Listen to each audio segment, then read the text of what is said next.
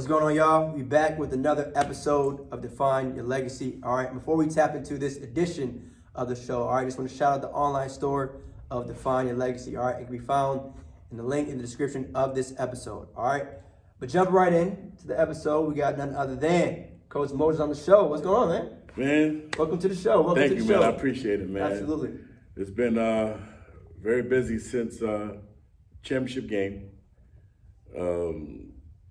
Non-stop, man, non-stop. I'm exhausted. You know, I was very honored when I got the call, text from you to do this. You know, anything to do for you. I've had you since you was wee high, and I appreciate the opportunity. No doubt, no doubt.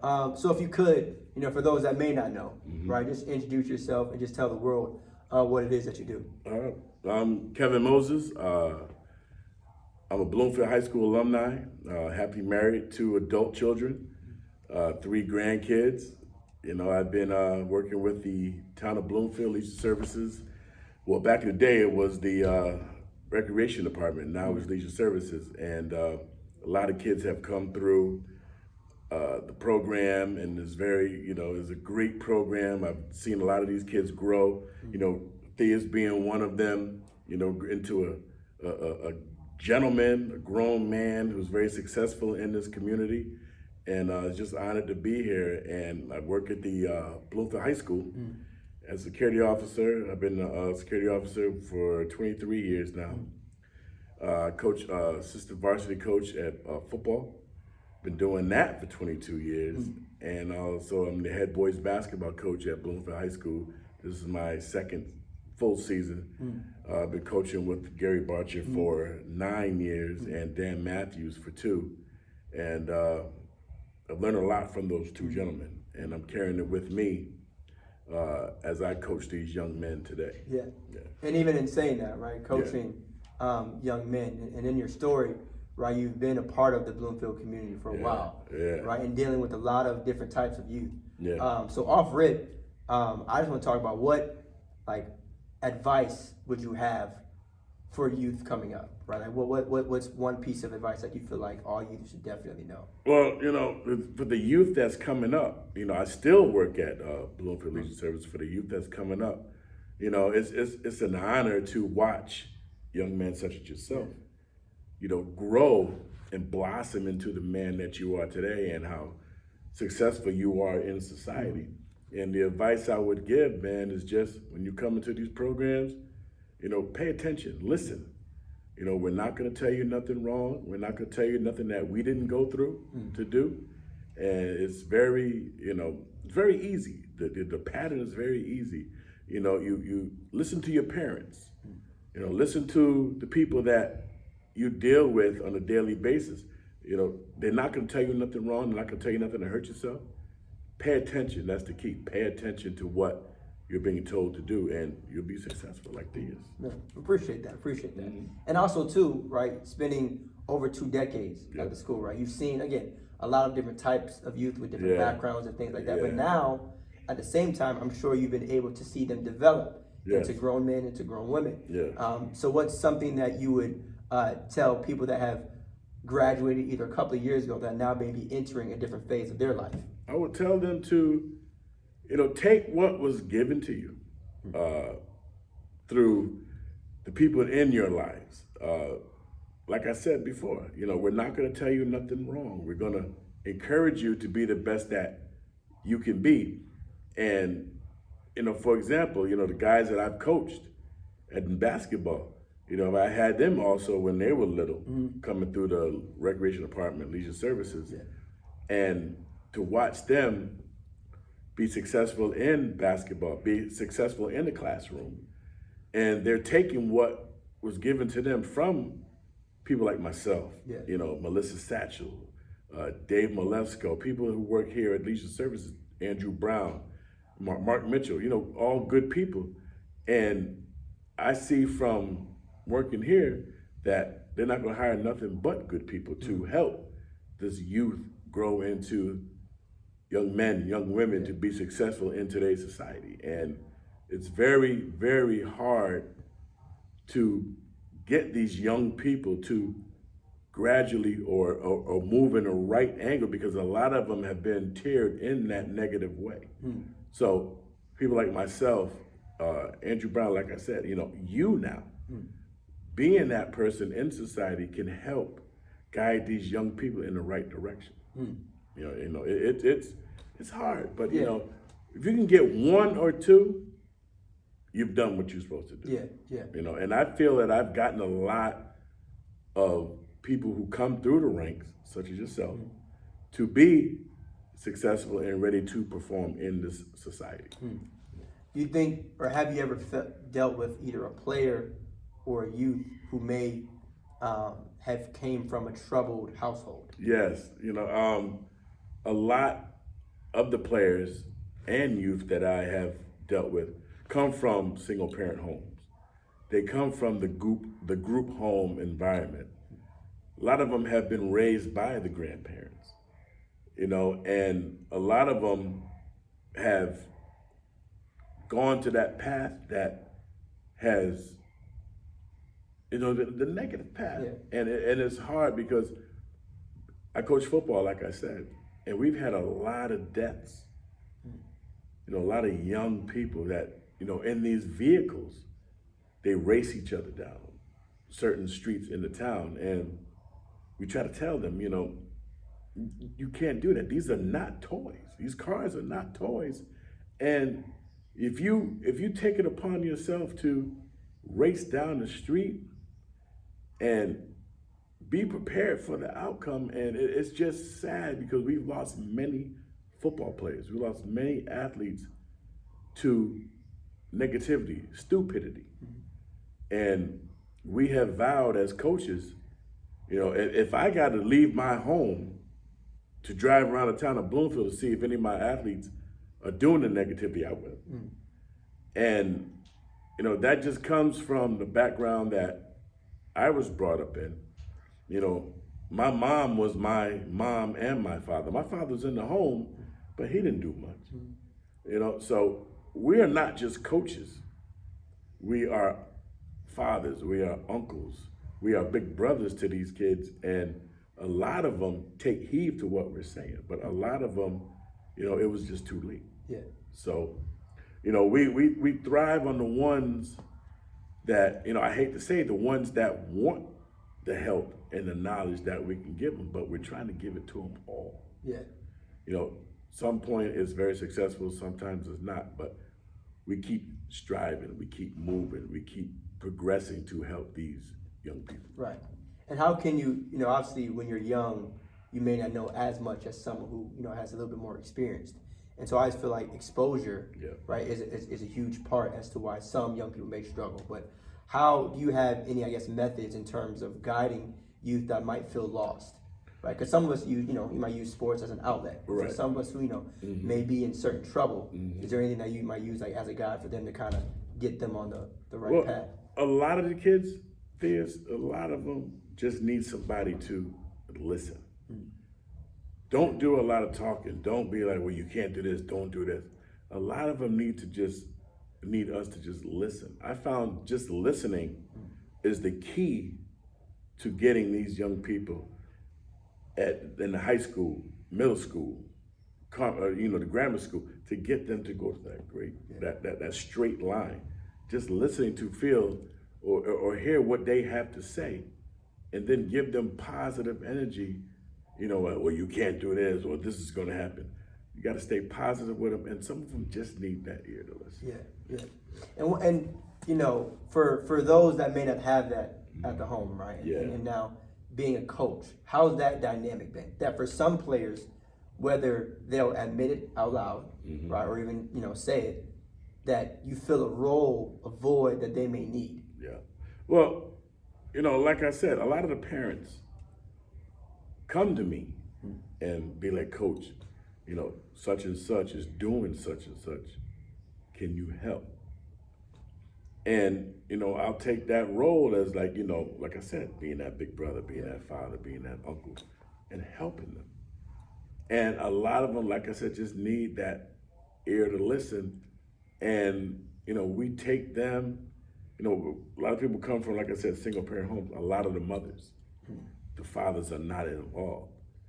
So, you know, I have a couple kids now who will be graduating this year who don't have that father. I've been that role, that father, and they've thanked me for helping them. And there's one that has just the father, not the mother. And that's very rare. Yeah. My reaction was, That's very rare to have just the father, and I commend him. I commend him for being that man to take care of his kids. And I salute him and salute the fathers, the single fathers that do that, the single moms that do that. I salute them. And they're raising young men. Yeah. A lot of these mothers are raising the young men, and they're doing a great job. But you know, when they release them to me, they come into school at 7:25. I'm that father. I'm that role model, and I get on them. I stay on them, and they see that I care. So they do the right thing. Yeah. They do the right thing. Yeah. And even, you know, with that, right, you kind of related to longevity. Yes. This idea of loyalty is important too. Right. You know? Loyalty is huge because a lot of these kids can see if you're real or not. Yeah. They can see right through you. They can tell, well, he's just here for the paycheck. I'm not going to listen to him. Yeah. Or he's really here to help us. Help me, guide me to do the right thing. Be that person to be successful in society. And there's a lot of that at Bloomfield High School.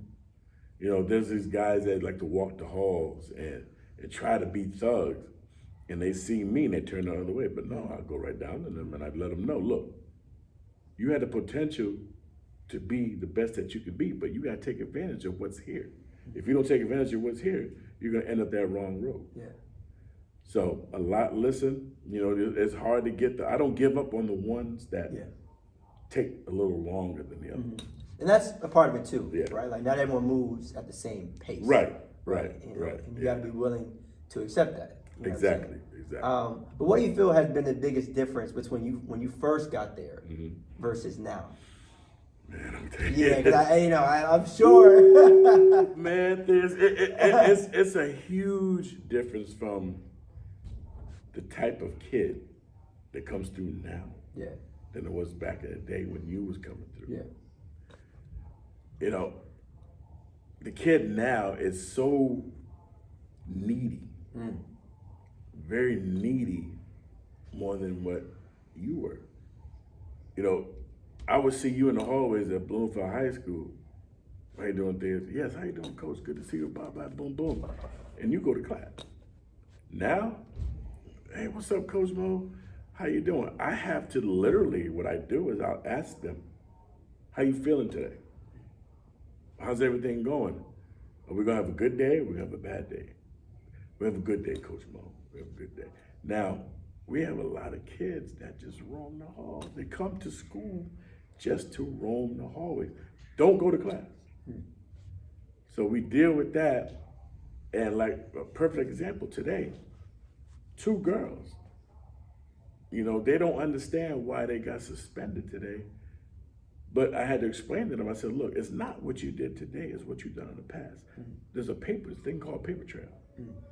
You get a paper trail and you continue to do what you do. You could be perfect today, but if you do one thing wrong, they're gonna think about what you've done in the past. So it's just different, man, between the generation when you was coming to high school and now. They're more babies now.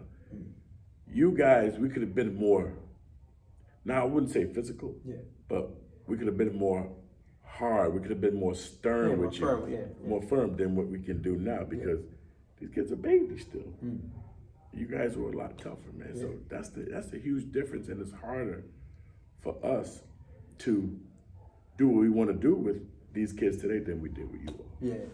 But the thing is though about that story is that you still stuck with them. Yes, right? We didn't give up. Yeah. Didn't give up because that's just not my style. It's not the staff style at Bloomfield High School because we care. If we didn't care, we'd be like, man, do what you want to do, man. We don't care. If you blow the building up, just do what you do. You know, so, but like I said, if a kid sees that you're genuine, that you really care, they will try. They will try, but then there's some that just like, nah, I'm stuck in this. I'm stuck in this. I got a new kid today. Well, he's been in the school since Monday. Okay. Kid's 6'5". He's a ball player. Okay. You know, and there's people out in the community that want to help him progress. So I had a talk with him today. I was like, look, you know, you've got to do this, you got to do that, you got to maintain this to do this. You want to play ball? He said, yes, coach. You have to maintain a certain GPA to play basketball. And when you can't when you get that GPA, you have to maintain it throughout the season, because there's a time when you could lose that GPA and you be ineligible. Yeah. You know, 5 minutes later, I see the kid. He's walking down the hall with the kids that just don't want to do the right thing. So I said, what did I just say to you? You're right, coach, you're right. Next thing I know, I check, he's in class. So I said, you know, I'm not tolerating this in my program, and you have to do the right thing to participate in this program, because we're here now. Right, yeah. We're here now. We were here, Yeah. but we're here now. People are watching. Yeah. So they understand that. But in that example, though, how important would you say it is for people to surround themselves with folks that may be going down the right path? It's very important. It's very important, because a lot of these kids see the success of Bloomfield High School, not just Bloomfield High School basketball.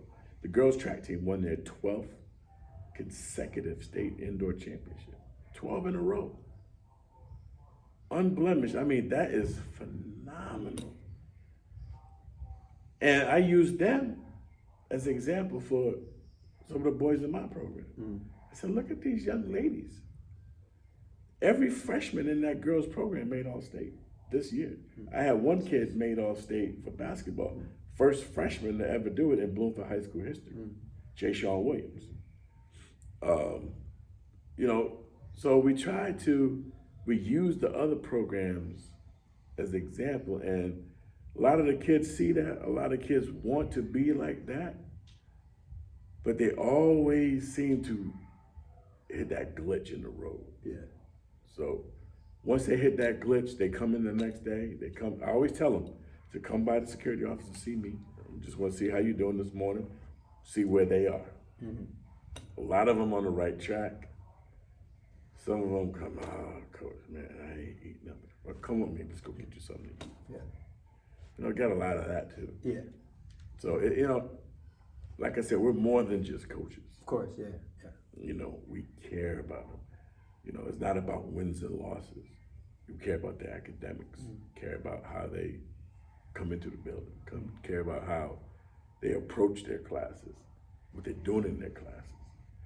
So, you know, it's a job. Yeah, but so even in saying that, though, right, you hear the dominance, right, Yeah. of the teams, and you hear having a freshman make AllState, which is crazy. Crazy. Right? But why have you been with Bloomfield for so long? And I know the easy answer might just be because you went there. Right, you know, Right. and it's more than that. You know, I want to give to these kids, not just the males, the females, what was given to me at Bloomfield High School. I went through the ranks of Bloomfield Public Schools, and it was very different back then. You know, right now, Bloomfield High School, Bloomfield Public Schools, is predominantly Black, predominantly Jamaican. There's very few white kids in the building. So, you know, what was given to me was structure. What was given to me was care. What was given to me was all of the positive things when it comes to schooling. And I see a lot of kids, I say to them, I'm an alumni. I graduated from here in 1984. They look at me like, you went to school here, coach? I'm like, yes, I did. And I'm trying to tell them, I said, what was given to me, I'm trying to give to you. And they were like, wow, coach, that's deep, that's real, thank you. Thank You know, and we get a lot of kids that graduate, come back and say, coach, thank you for what you did. Thank you for what you told me. I may not be here today if you didn't tell me this. Well, what does that mean to you though? Because you won a lot in life, right? Yep. On the court, on the field. But hearing that, That's hearing more. thank you, right? That's more valuable than these. What I have on. That's more valuable than a championship ring. That right there tells me I've won. You know, I'd rather take that than the rings any day because they're telling me they're going to succeed in life, and that means more to me than winning the championship. I've won there. I won there more than winning the championship. And like I said, the kids come back like, wow, coach, thank you, man. Anything you need, let me know. Anything you need, let me know. And it feels good because I said to myself, yeah, I got that one. I got that one. Yeah. And I saw a video after, you know, the boys team won the basketball chip this year of when you walked in, you were holding it up. Yeah. So what did kind of that mean? You know, When I walked in the locker room? Yeah, to and walk, they you walk in the doused locker me room. with water? Yeah, I was gonna let you. Yeah. Man, Yeah. I was not expecting that. My assistant coaches set me up there. You just don't know how good that felt. Now, in the semifinal game, when we won, I cried. And Joe Zone and I forgot the other one, John Holtz. Joe Zone was like, coach, you cried after the semifinal, but you're not crying now. Getting to that game, the championship game, you know, I was told, not directly, but people in my area, in my surroundings said, people are doubting you. People are doubting your team. They don't think you can make it. They think you're gonna make a mistake. So all that came to focus after we won the semifinal game. And I said to myself, yeah, we're going to the championship. And I felt that we were going to win this whole thing because the varsity team, we were in the group chat, they named it Mohegan. They named the group chat Mohegan, and they just been humble all year. They've been hungry all year.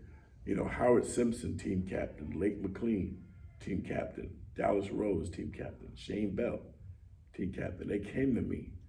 They said, Coach, we're gonna win this. You deserve this. People doubted you. We're gonna make them eat everything. When we played Sunday and we won the game, they all huddled around me. They hugged me. They rubbed my head. I had a fresh haircut. They were rubbing my head. It was like, Coach, we did it. We did it. You know, and the four captains came to me and said, you deserve this. They was teary-eyed. I had nothing left. They were teary-eyed. They said, you deserve this, man. And we are so honored to be the senior class to give this to you. Walking in that locker room, holding the trophy, and they doused me with water. It was like 600 pounds lifted off my shoulder. We did it. They deserved to do that. They knew what I went through, the journey I went through to March 20th when we won the state title. They knew what I was going through. So it just feels good to have a group of kids that not only cared about winning the championship, getting rings and jackets, they cared about how I felt and what I went through. So that meant more than just winning. Just to feel how they felt towards me was more than enough. But how did you deal with that without showing it to the kids? You know, it was hard not to shed more tears. Yeah. You know, it was hard. You know, I wanted them to enjoy the moment because they deserved that moment. And, you know, it was fun. My assistant coaches helped me at the end of the game. They hugged me. You know, they was holding me up. I was exhausted, man. And they just held me up. And just to see them enjoying it was, like I said, more than me winning the state title. You know, it's been 20 plus years since the last time Bloomfield won a state championship in basketball. and me being the first black coach to win the state championship in basketball in Bloomfield High School history is an honor. Yeah. And back when I went to school in Bloomfield High School, I was the first football player to make All-State. Okay. So just to do it as a coach and as a player is just phenomenal. Phenomenal. And, I'm setting the tone, because I'm not going to always be the coach. I'm setting the tone for the next person to come in and just hope they can run with it. Hand the keys. Hand the keys over. And But so being what you said, the first All-State football player in Yep. Bloomfield history, to now fast forwarding years later to being the first black basketball coach at Bloomfield to win, the state championship. Did you ever think that would happen when you were playing? when I was Did you ever playing, scripted this when I was playing sports at Bloomfield High School, I never dreamed of even working at Bloomfield High School. I didn't think I was going to be working at Bloomfield High School. I didn't think I was going to be coaching at Bloomfield High School. But I'll never forget the day in 1997, Bobby Gibson. I talked to him on the phone. He was like, "You ever think about coaching? We need a receiver coach." I said, "Yeah, I love to coach. I'll come back. I'll give some time." And it just started from there. I've been coaching athletics at Bloomfield High School since 1997. And the rest is history. And the rest is history, man. The rest is history. So we talked about the basketball front. What about the football end? I'm assistant coach at football. My freshman basketball coach is the head coach of the football program, Ty Outlaw. Okay. And we went to the state championship in football last year against Cromwell and lost. And that was also another added more fuel to the fire, because on my basketball roster, I have about 7 or 8 football players that had just lost. So they came into basketball and was hungry. Yeah. They said, "No, we're not going to do 2 in a row. We're going to win the chip in basketball." And we had an opportunity. We almost thought we were going to play Cromwell again in basketball. But the team we beat in the championship game beat Cromwell in the semi. So, and I hated to beat that Granby team because I have a great relationship with the head coach and his staff. The respect is mutual. The respect for each other is just high. And football, I can really say I can take a back seat. I do what I do. I coach the receivers along with Pete Pecora, and but I pretty much pass the torch to him because he's younger and he does a great job with them. So I just assist him when he needs it. I enjoy it. What do you think all of your previous players that you've coached are going to say when they watch this video? Coach Moore, you did it. You did it. You deserve it. We're honored to have been under your tutelage. We've learned a lot from you. We're proud of you. And just thank God that you won the state championship in basketball. Yeah. And so I think, though, what was cool about that story is being able to coach 2 different sports, right? Yes. And how has that been, especially on the football front, where obviously this requires more Let me tell players? You go from 60 players to varsity roster 12, JV 12, freshman 10, if that. You're dealing with a different type of kid from football to basketball. The stress is different. You're dealing with guys who are a lot not as tough mentally, but they are just as tough physically. But it's just crazy how we go football the Monday after graduation all the way to March. there's no time in between for me. So I got literally a day to get my head together. Okay, I'm going into basketball now. It's my program now. It is so hard. That's why, you got to have good assistant coaches. Yeah. And I have 2 great assistant coaches. And it is just unbelievable. Like I said when we started, I am exhausted. It hasn't stopped. Yeah. It has not stopped. And like I said, I was honored when you asked for me to come onto this. I said, oh my God, yes. I told my wife. She said, yeah, you better do that. I said, yeah, I'm going to do it. I said, Theus is my man. I know him since he was little. Yeah. So, it's an honor. Yeah. I get a lot of respect from both sides, football, basketball.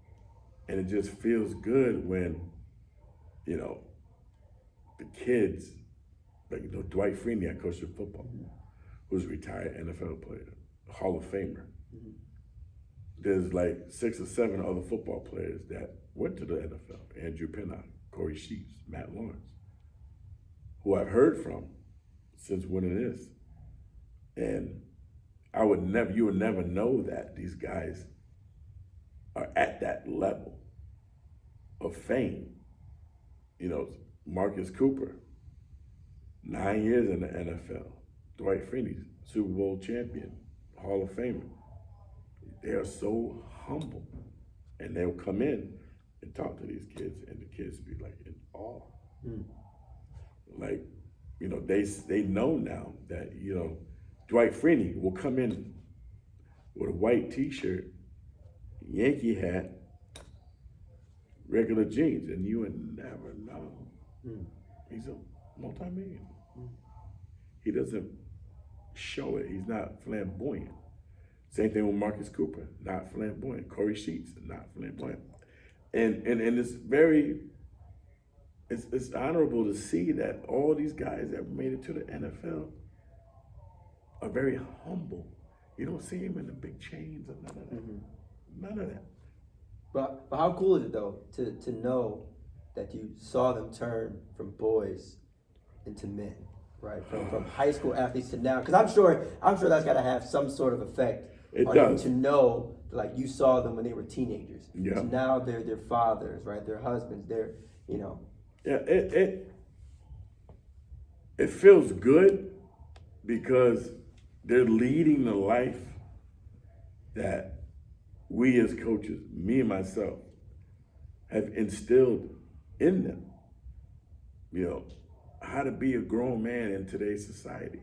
You're a family man. Take care of your family. Be devoted to your wife, devoted to your kids, because you very rarely see young black men taking care of their kids. A lot of them be like, man, I'm not doing that, man. They hold behind, they hold down and get out. My son is the prime example. He has, like I said, I have 3 granddaughters. All 3 of them are sick right now. They're at my house. And I commend him every day. I said, you're doing a great job with your daughters. And he said, Dad, I learned from you. Mm. I remember how you took care of me and Brandy. And, it feels so good to see what I taught him, he's doing with his daughters. Mm-hmm. It feels good to see the players that I had in Bloomfield High. When they come visit, they bring their wives, their significant others. If they have kids, they bring them. And I'll always say to them, how you doing? Coach is hard, but I'm sticking with it. Mm. I said, that's the key right there. Yeah. You made this happen, you take care of it. Mm-hmm. And that's what I always teach them. Yeah. And that's a lesson, right, that can be taken outside of the classroom. Yes. As well as the court or the field or whatever. Right. But how, are there any skills or even more lessons that you would have for, I guess, players that you've already coached that may be entering, again, that phase of their life, whether it's fatherhood, being a husband, or just a better employee or whatever the case may be? Because again, when you're young, and you receive advice, especially in high school, it's like, all right, you feel like you have to receive it, right? Like you don't have a choice. If an adult tells you what to do, you gotta do it. Right. But as you go through life, whether it be college, after college, whatever, now it's a choice, right, to listen to other people. So as someone who I feel is well respected in the community, of course, what's something that you think as we head into a new year, right, with 2022, as crazy as it's been, that people either need to hear or make sure they stay on the right path of whatever goal it is that they're trying to attain? Well, what I would tell them is what was told to me. Going back to what I said, there are a lot of young Black males who are afraid to step up and take care of their responsibilities. Now, coaching football and coaching basketball, I'm not just coaching them or teaching them about football. I said to them, I always ask them, when you come to practice on time, what is that teaching you? They say responsibility. I said, when you listen to what the coach is telling you, a directive to do on the football field, or what do I tell you to do on the basketball court, what do you call that? Following direction. So all these things that we are telling them, they're using it in their own personal lives now. And they always say to me, Coach Mo, you were right. This is no joke. But I said, do you use the formula that we've always taught you?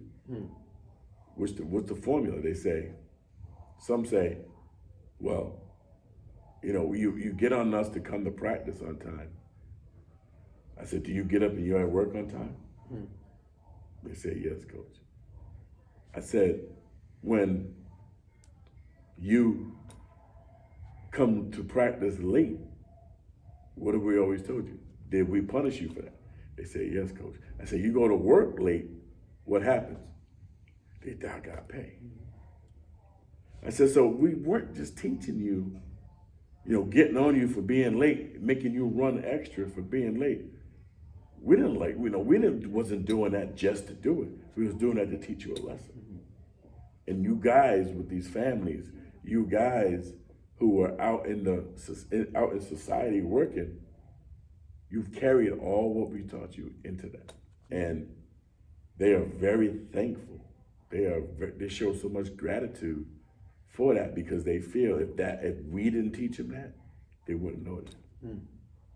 Do you think they'll kind of pass the baton in terms of, passing down that information as well, in terms of overall lessons and just, And I've seen them do that. Yeah. A lot of the guys that played football are now coaching football in the midget ranks, in the lower, and I've watched back. I go to some of the games, and I watch them coach these kids, and I see them doing what we taught them to do. So they're bringing it down to that level. And then, a lot of the kids who we've coached have kids of their own that are at the high school now. And I see them every day. And I always ask them, I said, how your father doing? Well, he's doing well, Coach. I love my dad. He's done this. He's learned so much from, the kids are telling us that they've learned so much from you all. And it just feels good that, they went to Bloomfield High. Now, the siblings, or not siblings, but the child, the kids are at Bloomfield High School. Yeah. And they're doing everything that their parents have done. Yeah. So they taking strides. So it's like I'm doing it all over again. Yeah, the cycle. Yeah. I'm doing it all over again with their kids now. And they're very, very appreciative, and they thank me every day for helping raise their parents. Oh, that's a deep point too. Is there any adjustment on your end though? Yes, because they're different. Yeah. Like the kids that I've coached as football players who are now parents, and I had their kids at the high school, it's different because a lot of them have girls. But, you know, because of the relationship I have with their fathers, they'll call me and be like, Coach, how's my daughter doing? You have my permission to put your foot in it behind or do whatever you need to do. So I tell them, I said, now, you know, I just got off the phone with your dad. He told me I can do whatever I need to. No, Coach, you don't need to do anything. I'm going to do what I got to do. And they're all athletes. Yeah. And they're doing very well. And it's different, but it feels good. I'm like, wow, I'm coaching a different generation now. I'm working with a different generation. I said, actually, your father used to do the same thing. Yeah, that's what I was gonna ask too. Do you ever notice like a similar characteristic? Oh my God, between, yes. And what makes it even better is that all these kids that are in school now who I've coached their father or even their mom, they're all on the honor roll. Not one has issues with classes or having issues with grades. And some of the parents had issues with grades, but their kids are not. Yeah. So again, I stay on them as far as their academics, behavior, and I just, you know, sometimes I'll pull them, even the kids that come in. You know, I can just look at them and go, you're gonna have a bad day, are you? No, I'm all right. You need to stay right here for a few minutes? Yes, Coach. I'll have them sit with me. And I write them a pass. I say, you ready to go to class? Yes. They go to class, they do what they're supposed to do. So, you know, it feels good, Theus, to have the parent and full cycle have the child now. Yeah. It's an honor, and I've been doing it for 20 plus years now. And thinking of time in 20 plus years, you know, that word generation gets brought up, right? So how do you feel about breaking generational curses? I don't feel bad at all because, you know, again, you know, I talk to mainly the fathers every day or like maybe once or twice a week. And, you know, it doesn't feel, I don't feel bad at all because I give to the child now what I gave to the parent. But it's a little harder, I give it a little harder to the child than I did the parent because again, the generations are different. You know, they have to be taught differently. They see things differently. They only see what they see now or what they hear now in this generation today. They wasn't around when the parents was coming to high school. Yeah. Different generations. And I tell the kids this, I say, yo, when your mother and father was here, they didn't do what these kids are doing now. Yeah. They didn't walk the halls. They went to class, and when the bell rang, they ran to class. If you weren't in the classroom and the bell rang, they ran. You kids walking around like, oh, I don't care. But the ones that are the athletes who have, you know, their fathers who I've coached, and I'm like, look, all I gotta do is make one phone call. Man, they bounce the call. Yeah. That's what I use. I say, oh, don't have me call your father. Don't have me call your mother. No, Coach, no. They get to class. But overall, though, when that happens, right, do you think discipline ends up becoming a good and huge factor for them? Yes. Right? And you know, again, that's going back to coaching their kids. They learn that from coaching. From us coaching them and them being an athlete, they learned the discipline. You know, and then they carry it on to their kids. So, you know, like I just said, if I threaten them by calling the parent, they're moving to class quick. And, you know, sometimes, you know, before the bell even ring, they're in the classroom. I walk the halls, I look at the classroom, they're in the classroom. But, you know, it's just different, man. It's just different. Yeah. You know, and dealing with some of the kids that don't have that background, like some of these kids that I've coached, they don't have the background, and it's very hard for them. They don't know nothing but the squiggly, raggedy way. They don't know that straight line. Yeah. So, you know, it's more work dealing with that child than it is the other. Okay. And, you know, what I would say, like, even in going off that, right, what do you feel like has been the difference between those that have been able to persevere through tough times versus those who may struggle a little bit with that. And that's not even just from a youth standpoint, but obviously, again, you coach players. We're talking for 2 decades. Yeah. Naturally, right? Some players, as you can yell at. Some Yeah, players you gotta can. whisper. Some players you gotta pat them on the back. Some players you gotta, motivate them, especially in football. Right? Yeah. Basketball is one thing, but football, Man, let me it tell ain't you. no, Back in the day, we was able to, I won't say pretty much put hands on them, but we were able to yell and talk to them like, what are you doing? What the boom, boom, boom are you doing here? It wasn't like, well, Karate, you have to stop. No. We climbed in their behind. And that's how we got our point across. We spoke to them like their parents spoke to them. We spoke to them like how we know that we can get our point across in that manner. Today, you do that, some parents, man, but you can't do that to some of these kids today because, you lose your job doing that. So we have to be careful I know the type of kid that I can do that to. Right. And I know what type of kid I can't do that to. And using you for example, I could be like that with you because you was back in that generation with the kids were mentally tough. Right. Kids were physically tough more than they are today. Like today, I'd be like, oh my goodness, I got to pick and choose my battles with a lot of these kids because they can't deal with it. Yeah. And so that's the type of mentality that I have now. And, it's hard. Sometimes I lose it with that kid that can't deal with it and they go right into that shell. Then I got to build that kid back up.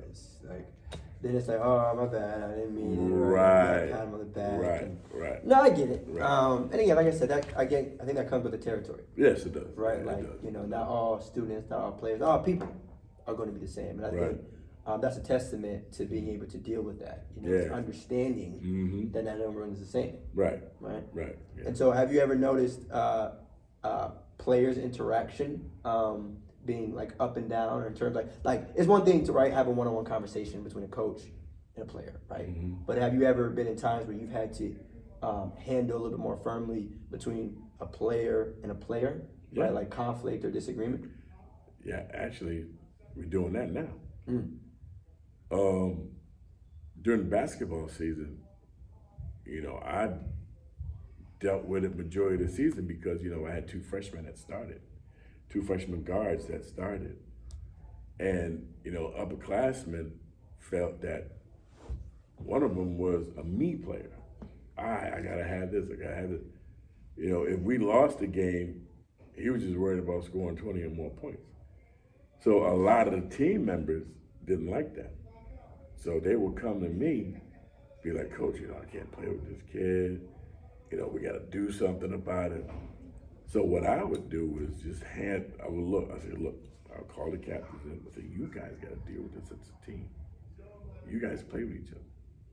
So, like I said, I had great captains.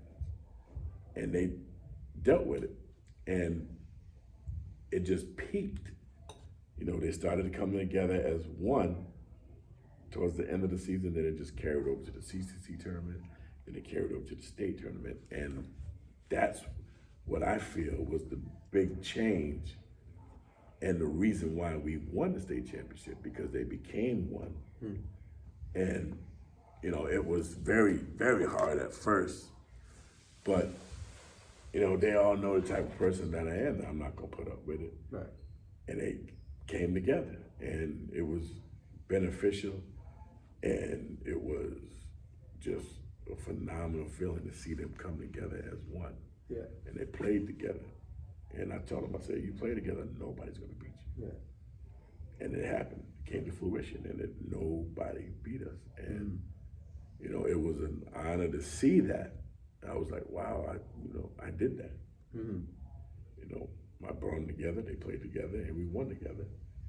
And it was just great. It was great. Right. Yeah. And you use the words, together, Yeah. we a lot, right? So what does that kind of mean in the grand scheme of things, to know that sports and just life in general, isn't just about an individual, but in order to really level up, you got to be on the same page with everyone. Yeah, I tell them,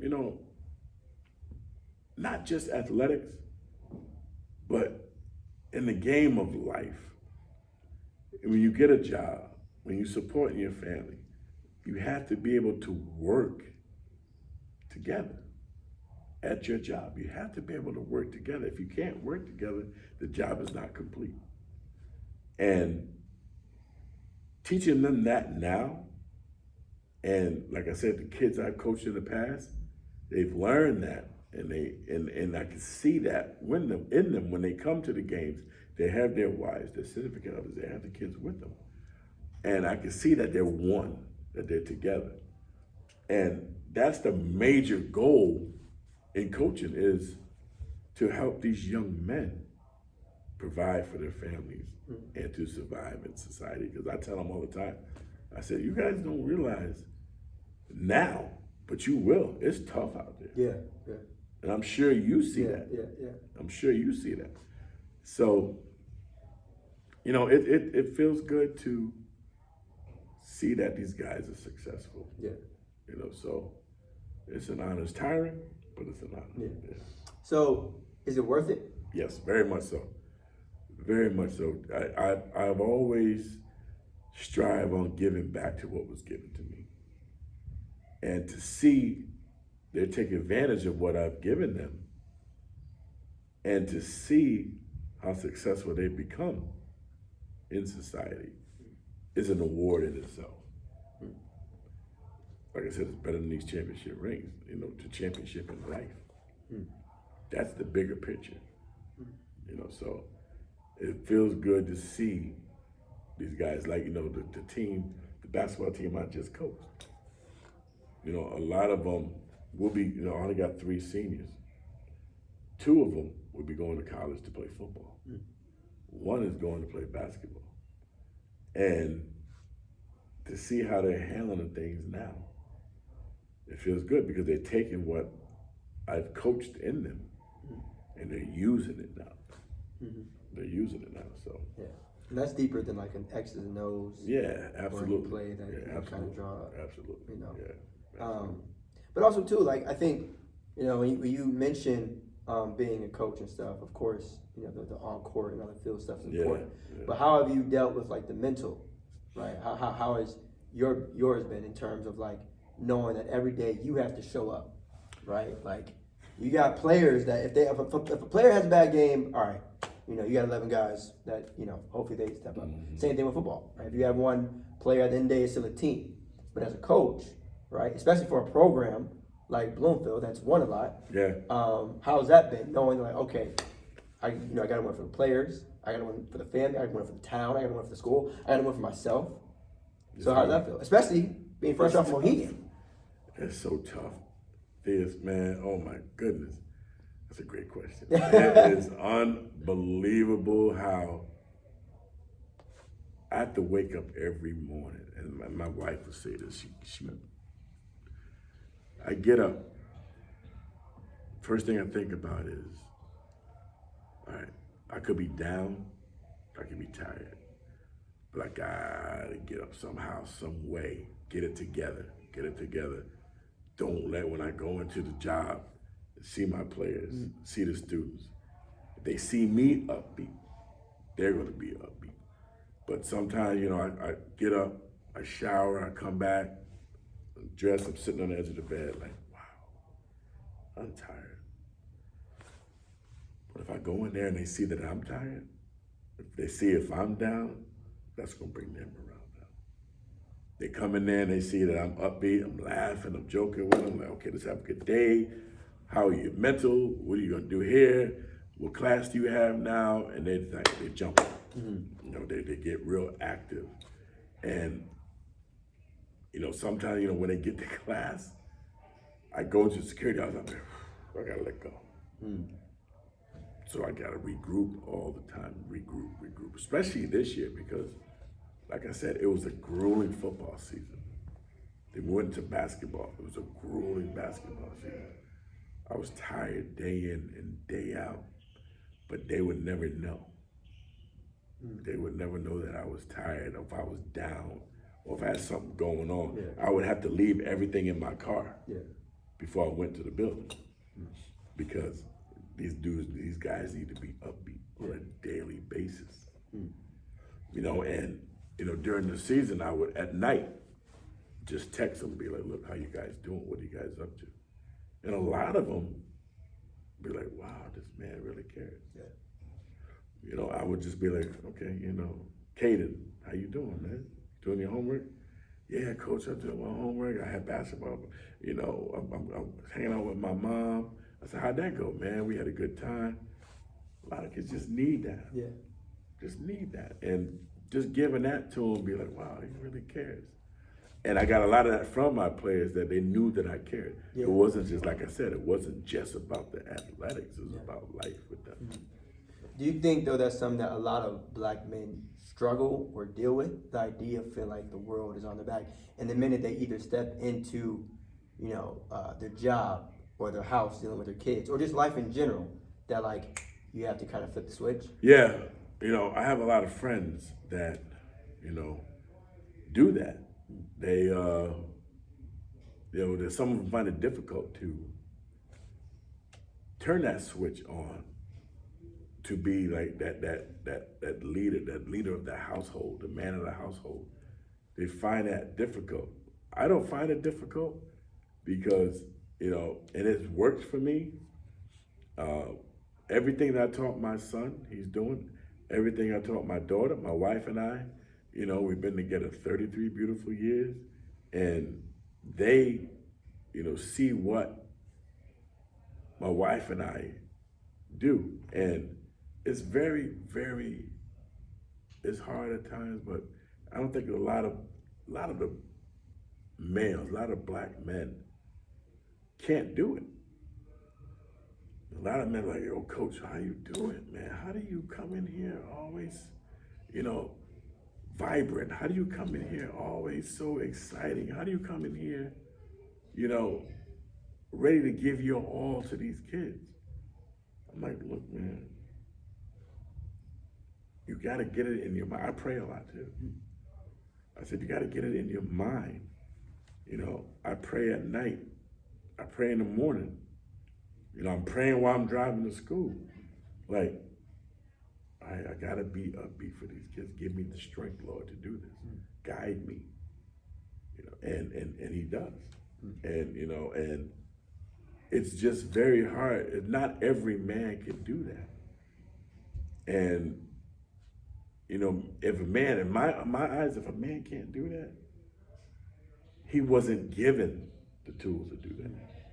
I was given the tools to do that. Don Harris, a lot of my coaches who I grew up with gave me those tools to do that. My mom gave me the tools to do that. So, it's, for some males, some men, even women, it's just tough. Yeah. But when did you realize, I know you said that they gave you the tools, but when did you realize that as a man that you possessed those? I would say when I was in college. When I was in college, I played college football. And I knew that right there, playing college football helped me with the tools of being responsible, being held accountable. All of those just was put into me by my coaches, and I carried over to me in life. But in college, that was when I realized that I had the ability, I had the tools to give back to what was given to me. Yeah. And so it's cool that, obviously you mentioned college. Yeah. When we think about the overall journey, Yep. and everything that you've done, the impact. You talked about, you graduating from Bloomfield. You attending there, you playing football. Obviously you coaching now, and then your time spent in college and being fresh off winning a championship. Yeah. And ironically enough, the sports side we cover, but it sounds like your biggest value and impact is something that didn't even happen on the court. No, it didn't. Right? Helping out the youth. I think that's a very underrated thing when we talk about coaching in youth sports. And I say all that, right, to list out everything that you've done and where you're at now, because that leads me into the final question that I have for you. It's a question that I ask everyone that's been on Define Your Legacy. And the question is, how do you want to be remembered? I want to be remembered as the man that was always there for us. I want to be remembered not as the fun-loving, the coach that won the championships. I want to be remembered as the man that helped me be successful in society. That's the biggest goal. That's the goal right there. To help our youth, our Black youth today, be successful in society. And that's how I want to be remembered. Coach Mo helped me through this. Coach Mo helped me through that. Coach Mo is the reason why I am who I am today. That's how I want to be remembered.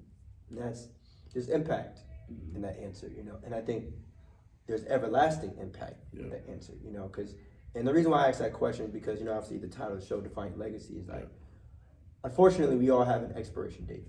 Right? Yes. And that's just the sad fact of the matter. It's important to enjoy life, while we have it. It's definitely a blessing. Absolutely. But understanding that and moving accordingly because of that. Really understand that your life is limited. Life is very, very precious. So how you go about each and every day speaks volumes on your character. It does. Yes, it does. But to hear you say, right, that how you want to be remembered is by helping other people, right? How you want to be remembered is by leaving some sort of impact where the youth know that it's okay to be who you are and just strive for greatness and just, be a good person day in, day out. Again, off the court as well. Yes. And I think what's cool about this conversation is you've been able to acknowledge and identify that a lot of our youth, unfortunately, may come from rough upbringings. Yes. And that's it is what it is. Yeah. But dealing with that, right? Not just accepting that and hearing that, okay, this person is growing up in a single parent household, or this person may not have either other parents, right?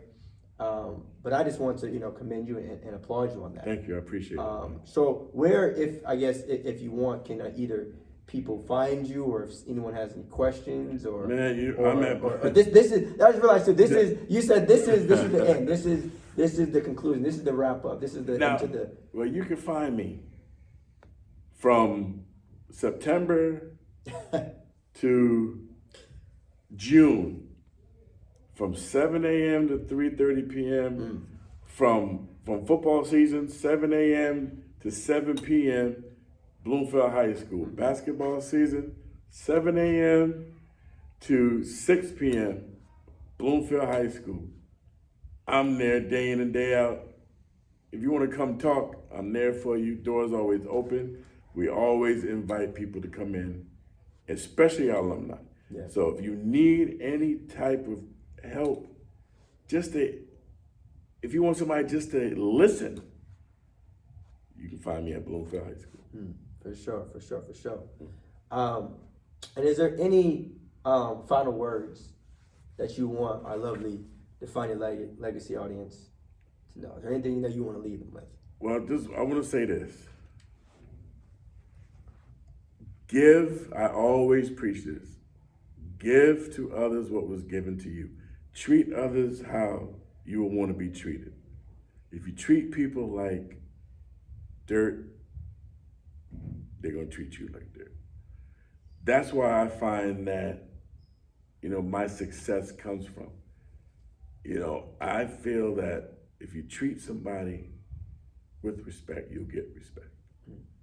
And I've always lived by that. I've always built everything that I do upon that. And it's very, very important because today is rough, man. And, people treat people like dirt, they're going to react like dirt. So you treat them with respect, you'll get respect. Yeah. Just always be a good person. Always. Always be a good person. Life is too short. Because the thing is, too, you never know, like I said, when your last moment is. Yeah. And so the worst thing, and I know this is a very sensitive area for people, but you don't know the last words you may say to someone. You never So you know. have to be careful what it is that you Yes, say. yes. Because you're gonna mess around and have an argument with someone that, especially one that you love and care about, Mm-hmm. and it may end up being your last one. Yes. Then now you're gonna have to live with that the rest of your life. There's not, you can't pick up the phone and call them and say, I'm sorry, I apologize.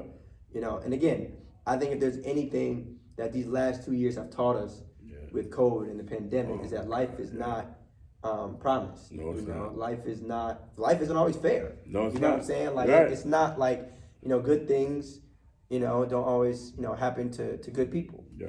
And that's just sometimes how the cards are dealt. But Yeah. you live to see another day. Similar to you all's tournament run. You Yeah, take it one Yeah. game at a time, and Yeah. let the cards play itself out. Yeah. Life is how you make it. Mm-hmm. Like you said, nothing is guaranteed. The only thing that's guaranteed is that expiration date. Yeah. So, I was honored to do this, man. I appreciate you, man. For sure. I would love to come back anytime, man. For sure. I Absolutely. appreciate it, man. Absolutely. Appreciate Absolutely. So on the Fine Legacy front, y'all, again, make sure you follow the podcast, wherever you get your podcast, Apple Podcasts, Spotify. Subscribe to Theus Elijah on YouTube. All right, you can follow Defining Legacy as well on Instagram, Facebook, and DYL Podcast on Twitter. All right, and all episodes, drop Thursday mornings at 8:24 a.m. Eastern. All right, all episodes of Defining Legacy Thursday mornings 8:24 a.m. Eastern. And just like that, y'all, we gone. Peace. Peace.